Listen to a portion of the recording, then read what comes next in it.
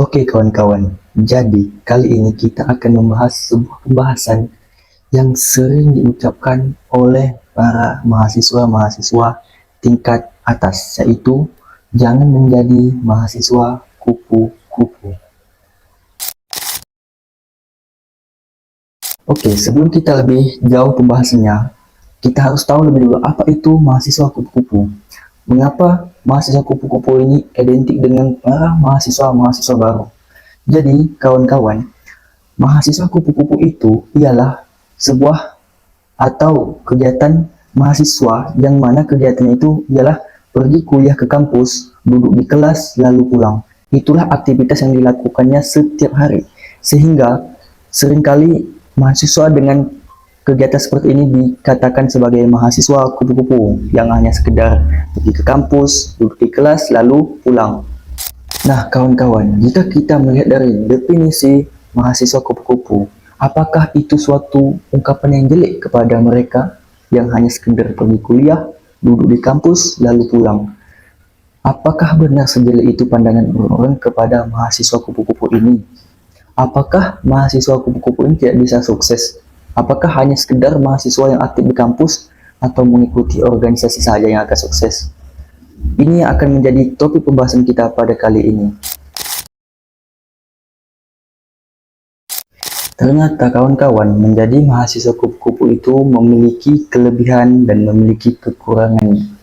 Jadi, kali ini kita akan lebih fokus membahas tentang kelebihan menjadi mahasiswa kupu-kupu dan kekurangan menjadi mahasiswa kupu-kupu. Yang pertama, mungkin menjadi mahasiswa kupu-kupu berarti dia hanya sekedar pergi ke kampus, duduk di kelas, lalu pulang. Nah, mungkin hal pertama yang akan didapatkan oleh mahasiswa kupu-kupu ini ialah lebih fokus pada diri sendiri. Mengapa demikian? Ya, tentu mahasiswa kupu-kupu pastinya memiliki waktu luang lebih banyak, waktu sendirinya lebih banyak, jadi dia bisa fokus kepada dirinya sendiri atau mengembangkan sesuatu yang memang dia perlu kembangkan. Yang kedua, mungkin mahasiswa kupu-kupu memiliki manfaat atau hal yang akan didapatkannya ketika dia menjadi mahasiswa kupu-kupu ialah lulus kuliah lebih cepat.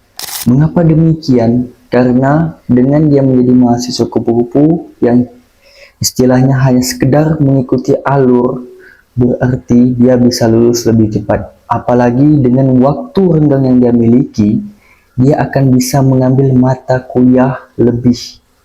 Jadi ketika dia sudah semester atas, dia tidak ada lagi mengambil mata kuliah yang harus diambil pada semester yang ia hadapi pada saat itu. Yang ketiga, yaitu lebih eksplor pada minat atau bakatnya. Jadi, mahasiswa kupu-kupu ini kan memiliki waktu yang lebih banyak atau waktu luang. Nah, sehingga dia memiliki kesempatan untuk eksplor pada minat dan bakat yang ia miliki sehingga bisa mengasahnya lebih tajam lagi, lebih hebat lagi. Yang keempat ini ialah bisa mencari peluang kerja. Kembali lagi pada konteks awal yang pertama, yaitu memiliki waktu luang yang banyak sehingga mahasiswa kupu-kupu ini bisa mencari peluang kerja atau mencari penambahan penghasilan sampingan yang mana mungkin untuk uang jajannya atau keperluan-keperluan lainnya selama dia masih berkuliah. Selanjutnya kita akan membahas tentang dampak negatif yang didapatkan oleh mahasiswa kupu-kupu ini tadi. Dampak yang pertama yang akan didapatkan oleh mahasiswa kupu-kupu, yang pertama ialah kurangnya memiliki pertemanan atau relasi yang luas. Ya, tentu pasti mahasiswa kupu-kupu kan hanya sekedar pergi kampus, masuk kelas, lalu pulang, sehingga memiliki pertemanan yang kurang. Beda dengan mahasiswa yang aktif di kampus yang pastinya memiliki pertemanan yang lebih luas atau relasinya lebih luas. Itu adalah dampak negatif yang pertama. Dampak yang kedua ialah KUDET atau kepanjangannya kurang update. Yang dimana kita ketahui bahwa mahasiswa kupu-kupu akan memiliki dampak negatif yaitu kurang update terhadap perkembangan sesuatu, terutama di kampus atau kegiatan-kegiatan kampus. Yang mana ketika kurang update yang terjadi pada mahasiswa ini, ya tentu pastinya dia akan tertinggal dari segi informasi. Yang ketiga yaitu sulit mendapatkan teman kelompok. Nah, ini kan hampir sama dengan yang pertama tadi.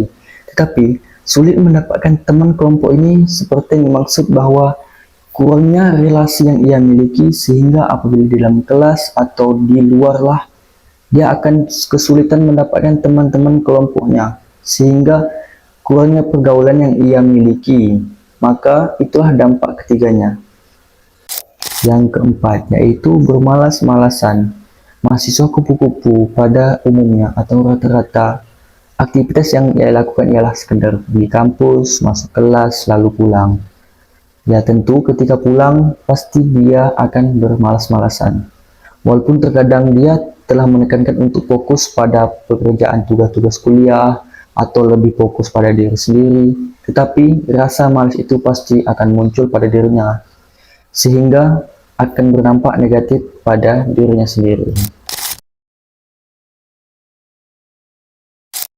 Nah, tetapi jangan pernah kalian bersedih ketika menjadi seorang mahasiswa kupu-kupu. Karena pada dasarnya menjadi mahasiswa yang aktif di kampus ataupun mahasiswa kupu-kupu tidak menjamin sebuah kesuksesan kalian juga. Tetapi yang harus kalian hadapi ialah macam mana kalian mencari solusi yang akan kalian hadapi di kemudian harinya.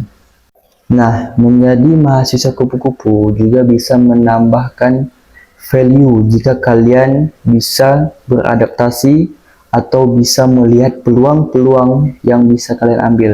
Seperti contoh, rajin bertanya di kelas, atau kalian mencari peluang-peluang pekerjaan, ataupun kalian bisa menambah relasi kalian meskipun tidak aktif di kampus, tapi relasi di luar kampus, baik itu dari segi pertemanan yang ditambahkan ataupun hal lain yang sebagainya.